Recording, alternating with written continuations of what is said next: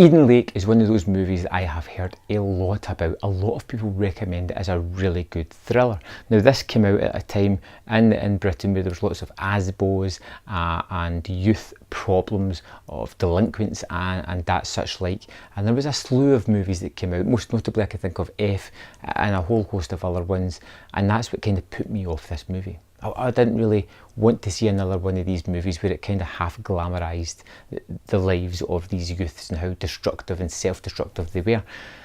But there's so many people say that this is great, this is enjoyable, this is really fun, that it made me really kind of curious about it. So you have this couple of Jenny and Steve. Steve used to live at this place, and near where he used to stay there was Eden Lake, a sort of sanctuary of wildlife and nature preserve that was just stunning to look at, and it's about to be demolished and put houses on top of it. And he wants to take his girlfriend there and kind of show her where he came from, show her the beauty of the landscape, and just genuinely enjoy life there for a weekend. When they get there, or along the way there, they discover some riotous families who are swearing and doing inappropriate things with kids and having them up late and drinking and just being kind of loutish behaviour. And it's kind of heavy-handed and in your face a lot. They get to this beachside where they're going to camp up, and there's a group of youths there who kind of antagonise the situation, and before you know it, they're kind of butting heads almost. And then it kind of snowballs into familiar tropey land.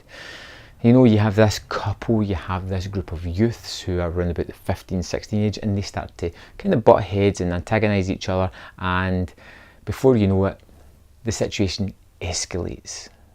And I like this kind of part of the movie, because usually it's something silly, but this seemed to be kind of plausible. These were kids that just kept on pushing the boundaries and taking things further and further and doing things that they shouldn't do.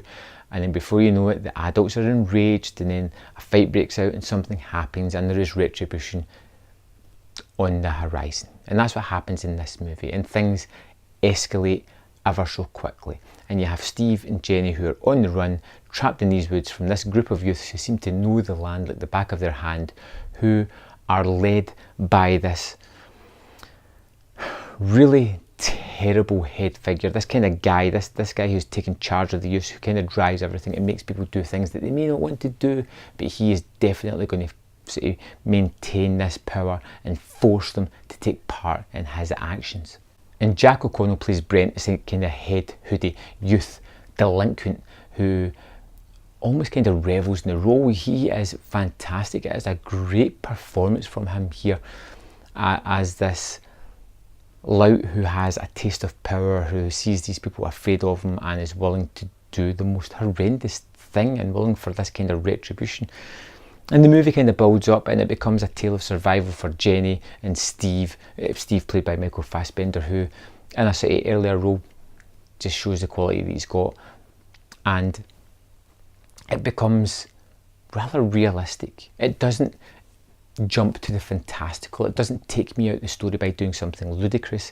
It is horrifying, it is tense, and I was gripped by what I was seeing all the way through the movie. The choices, how the characters were chewed up, spat out, and made to do things that are just out with their regular characters. But the movie has one huge fault for me, absolute massive, something that ultimately tears the movie down for me. And I've always been a person where the movie never lives or dies in the ending. It's more about the journey, but this movie definitely left a bad taste in the mouth and dies upon the ending of it. I didn't like the ending at all. I didn't agree with it. I didn't like the way the filmmakers took it in that direction. I don't think it makes sense, and it kind of takes a side swipe at the whole judgment of these youths and ultimately their families and who they come from. I didn't like that at all. I felt it brought the movie down, and even though it wasn't a movie genre that I really like, I was having a lot of fun with it until we got to that ending. It left me feeling cold. It left me disappointed, and it just left me going, well, that felt like a waste, watching the whole movie up until then. So for me, Eden Lake gets a 2 out of 5. Like I said, kind of enjoyed it, ruined by the ending. And I'd love to know your thoughts on this movie. If you're one of those people who recommended it to me, who said it was great, I'd love to know why you like it so much, why you think that ending is a fitting ending for the movie. Something that left me with a distasteful sense of almost disturbance. I just wasn't happy with it at all. But I'd love to know your opinion on why you liked it. And if you didn't like it, let me know why you didn't like it as well. I'd love to know your opinions. Let's have a conversation in the comments box and we'll see what happens. And thanks for watching. I'll see you next time. Man versus Film.